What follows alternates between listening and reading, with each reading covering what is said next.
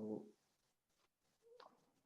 मतलब एग्जैक्टली जो हमारी टॉपिक थी इस पे कि हार्मोन्स की सिंथेसिस, सिक्रीशन और ट्रांसपोर्टेशन कैसे होती है। तो बेसिकली ट्रांसपोर्टेशन को भी फिलहाल छोड़ देते हैं, तो सिंथेसिस और सिक्रीशन की बात करेंगे। तो ऑलमोस्ट जो हार्मोन्स हैं आइदर पेप्टाइड हो या स्टेरॉइड हार्मोन्स हो, सबकी सिंथेसिस और सिक्रीशन ऑलमोस्ट एक जैसी होती है, लेकिन कहीं कुछ हल्की सी चेंजिंग है। ठीक है, तो इसलिए हमने पहला टॉपिक जो चूज किया है इसको synthesis and secretion of peptide hormones. Next जो होगी वो स्टेरॉइड हार्मोन्स पे रहेगी। तो बेसिकली हमारा इसमें क्या है, मतलब कोई भी जो हार्मोन्स है वो कैसे सिंथेसाइज होती है और कैसे सिक्रीट होती है। ठीक है, जिसका कि इम्पोर्टेंस काफी होता है। तो ये सिंथेसिस और सिक्रीशन को समझने से पहले हमें समझनी होगी सेल। ये सेल क्या है, क्योंकि ये जो भी होती है ट्रांसक्रिप्शन ट्रांसलेशन होती है सारी सेल्स के थ्रू ही होती है। तो आप देख सकते हो, ठीक है, ये सेल्स जो प्लाज्मा मेम्ब्रेन है। तो जब इसकी हम बात करें तो जो इसके ऑर्गेनेल्स होते हैं, एक साइड से देखा जाए तो माइटोकॉन्ड्रिया है, that is also known as the powerhouse of the cell. whatever the energy is liberated and the cells are using the power, the energy that comes from the or the storage site is the mitochondria. Next is the peroxisome. These are the vascular sites. Endoplasmic reticulum is there, and that is of two types: rough endoplasmic reticulum and another one is a smooth endoplasmic reticulum. देख सकते हो ना, बस इसमें ribosomes नहीं है। Ribosomes आ गए तो एंडोप्लाज्मिक रेटिकुलम पे अगर राइबोसोम्स आ गए तो that is the RER, rough endoplasmic reticulum, और नहीं है तो that is the smooth endoplasmic reticulum. Vacuoles होते हैं, छोटे से स्पेस होते हैं, जो कोई भी सेल्स जब डेथ करता है या डाई हो जाता है, मर जाता है, तो उसका फर्दर इसमें एक तरह से कहो कि ये मतलब कब्रगाह कह सकते हो इसको। ठीक है, कोई भी सेल्स है वो इसमें डाइजेस्ट कर जाता है। सेंट्रोसोम है, ये तुम्हारी हो गई जो डीएनए मटेरियल होती है, क्रोमोसोमल्स मटेरियल्स। ठीक है, उसका एक पार्ट है। माइक्रोट्यूब्यूल्स है, ये छोटी छोटी माइक्रोट्यूब्यूल्स होती है, मटेरियल्स है which is responsible for the, कह सकते हो कि कॉम्बिनेशन ऑफ सम प्लाज्मा, मतलब किसी भी दो चीज को जोड़ने का एक तरह से एक मीडिया है। Like this lysosome. लाइसोसोम भी वैक्यूल टाइप से ही है, लेकिन वैक्यूल में क्या है, यहाँ सिर्फ डाइजेस्ट होता है, लेकिन लाइसोसोम में जो भी एंटीजेंस होते हैं उसको किल की जाती है। ठीक है, तो ये एक तरह से ये मुर्दा घर है बिल्कुल, कोई भी चीज लाया और उसको मार दिया, और वैक्यूल जो है इसमें डाइजेस्ट करा दिया। ये साइटोप्लाज्म हो गई तुम्हारी। ठीक है, और ये देख रही होगी ये वाला जो स्ट्रक्चर दिख रहा है नीचे ब्लू कलर का, ये तुम्हारी मान के चलो कुछ मटेरियल्स हैं, DNA materials. These are the Golgi vesicles and Golgi apparatus। ठीक है, ये तुम्हारा न्यूक्लियस हो गया और बीच में एक न्यूक्लियोलस हो गया, और इसके अंदर देख सकते हो जो सबसे इंपॉर्टेंट चीज है दैट इज द क्रोमैटिन। ठीक है, तो ये बेसिकली जो है these are the cell organelles which are present in the cell, and that is useful for the production, or you can say the normal functioning of any animal body। तो अब हम अपने मुद्दे की बात पे आते हैं, that is the peptide hormones synthesis and secretion. तो to understand the secretion and synthesis process, first of all we should know what is the peptide hormone. So these hormones are composed of polypeptide chains with a size vary from 3 to hundreds of amino acids. And to say it may be from 3 or up to 100 of amino acids. So this peptide hormone, their synthesis involves several steps occurring in the nucleus and cytoplasm of the secretory cells. So including the gene transcription into the precursor nuclear RNA कह सकते हैं ना, ribonucleic acid, या post transcriptional modifications of the precursor mRNA transcript होती है, या फिर translation of the mature mRNA या को ट्रांसलेशन और post translational modifications of the hormonal peptide. तो इन सारे जगहों पर जो पेप्टाइड हार्मोन की सिंथेसिस होती है न्यूक्लियस में या साइटोप्लाज्म में, तो इन सारे स्टेप्स में हो सकती है, कहीं भी हो सकती है, मैंने हर एक जगह इसकी यूटिलिटी है, तभी जाकर ये सिंथेसिस होगी, सब जगह इसका एक रोल है। तो this synthesis is regulated at one or more of the above mentioned biosynthetic steps in order to meet the secretary requirements of endocrine glands. ठीक है, तो ये जो above mention synthetic biosynthetic steps हो गए, that is these things. So once they are synthesized, जब वो बनते हैं तो peptide hormones are packed into secretory granules until appropriate stimuli result in their secretion into the extracellular space। कहने का मतलब है एक बार जब बन जाती है हार्मोन्स तो अपने जो अप्रोप्रिएट प्लेस है, जो ग्रेन्यूल्स हैं, उसी में वो पड़े रहते हैं जब तक कि टारगेट ऑर्गन से कोई मैसेज ना, जब तक उसकी रिक्वायरमेंट ना हो। तो secretion is not uniform but rather follows pulsatile patterns in rhythmic changes, which is in the association with feedback mechanisms. And these feedback mechanisms, this only ensure that the production of hormone should be or it should not be। ठीक है, तो ये depend करता है तुम्हारे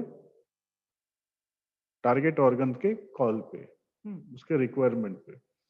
सो mostly जो peptide hormones होते हैं that are the soluble in water। तो इनका जो मतलब सर्कुलेशन होता है ब्लड स्ट्रीम में, इसके लिए बहुत ज्यादा प्रोटीन्स या किसी चीज की रिक्वायरमेंट नहीं होती, ठीक, because they are already soluble in water. तो ये नॉर्मल अपने सर्कुलेशन में कंटिन्यू करते हैं। So this property results in rapid hormone degradation by plasma proteases and a shorter half life and duration of action compared to other types of hormones. तो कहने का मतलब है इसको बहुत ज्यादा किसी चीज की हेल्प की जरूरत नहीं है सर्कुलेशन में पहुंचने तक के लिए, ठीक है, अपने टारगेट ऑर्गन पे आने के लिए। तो इससे एक जो सबसे बड़ा इसका डिसएडवांटेज जो होता है दैट इज द इसकी हाफ लाइफ बहुत कम है, और मतलब जो इसका एक्शन है वो बहुत जल्दी होता है। ठीक है, ये तुरंत आती है, मैंने इसको ज्यादा किसी केमिकल की क्या बोलो केमिकल एनालिसिस की रिक्वायरमेंट नहीं, कोई रिएक्शन की जरूरत नहीं है, सीधा गया और अपने काम।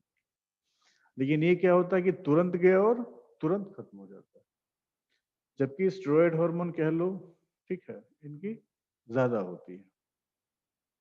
अब एक देख सकते हो, एक पिक्चर दिया है hormone action using cyclic AMP और सेकंड मैसेंजर, क्योंकि ये जो तुम्हारी एग्जैक्टली जो सिंथेसिस है, ये कहाँ से देख सकते हो, सेल प्लाज्मा मेम्ब्रेन की बात करें, ठीक है, तो इसमें काफी सारे रिसेप्टर्स लगे हुए हैं। अब ये है कि किस टाइप की हॉर्मोन्स है और उसकी रिक्वायरमेंट कहाँ पर है, उसके हिसाब से उसकी सिंथेसिस या सिक्रेशन डिपेंड करती है। तो बेसिकली जो हमारी जो हार्मोन्स की सिंथेसिस और सिक्रेशन होती है that is from the message will encoded from the liver और द मसल्स। ठीक है, तो अलग अलग जो रिसेप्टर्स हैं यहाँ के थ्रू, मतलब लीवर के थ्रू वहां से आती हैं, ठीक है, एडिनाइलेट साइक्लेज के थ्रू। और ये जो तुम्हारी एंजाइम है क्या करती है, एटीपी को कन्वर्ट करती है साइक्लिक एएमपी में। और in the presence of this cyclic AMP जो प्रोटीन काइनेज ऑलरेडी एग्जिस्टेड होती है that is in the inactive form, लेकिन in the presence of this cyclic AMP it becomes active. तो देख सकते हो क्रेब की जगह ये क्रेब पी पी के फॉर्म में, मतलब ये इसमें प्रोटीन काइनेज ऐड हो गई एक्टिव फॉर्म में, ठीक है। अब ये फर्दर क्या करती है, न्यूक्लियस में देख सकते हो सीएमपी जो है रिस्पॉन्स करती है एलिमेंट फॉर द सीआरई। अब ये क्या है, एमआरएनए के हेल्प से, ठीक है, आइदर ट्रांसक्रिप्शन को अपटेक करती है या फिर डाउन रेगुलेट करती है। ठीक है, तो ये जो एमआरएनए है ये फर्दर translate होती है to a specific protein and then being further utilized in the uh, their individual metabolic response. So almost this diagram consists the whole activity for the synthesis and formation of this peptide hormone. So this conclude with the help of cyclic AMP, that is a second messenger. Okay. So next thing is that the effect in the plasma glucose, and another is the central nervous system. So the initiation of this synthesis and secretion will also tends with the help of these two systems, whether glucose uptake and whether the plasma glucose degraded. So what happens in there? When the level of the plasma glucose will rise, then it will tend to active the pancreas, and from there insulin will secrete out and it will act on the liver muscle adipose so as to again decrease the level of this plasma glucose. So this is the negative feedback mechanism by which the action of hormone can be initiated or deactivated. Likewise, again, during the nervous system, this hypothalamus, they initiate to release the hormone through the pituitary, and these pituitary, they stimulate the hormone to further transportation in the peripheral glands or the hormones, so that from there they can move these hormones to their target tissue for acting of the these hormones. So by means of this, so these proteins are important because they act as the backbones of the polypeptide hormones and the integral components of enzymes which participate in the biosynthesis pathway of the steroid and thyroid hormones, as well as so many enzymes which participate in the intracellular synthetic and degradative actions and in energy generation. So, by these lines, you can understand that the energy is required to accomplish the whole action of the work, rather it is in the cellular level or it is in the mechanical level. So these are critical membrane or receptor, you can say, and these cytoskeletal molecules, and an appreciation of the pathways or polypeptide synthesis and their associated cellular structures. So the production of a functional protein hormone requires numerous steps, each one involving modifications or processing of precursor molecules.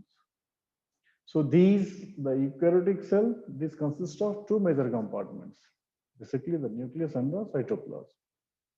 So these are delimited by plasma membranes that are topologically contiguous with one another.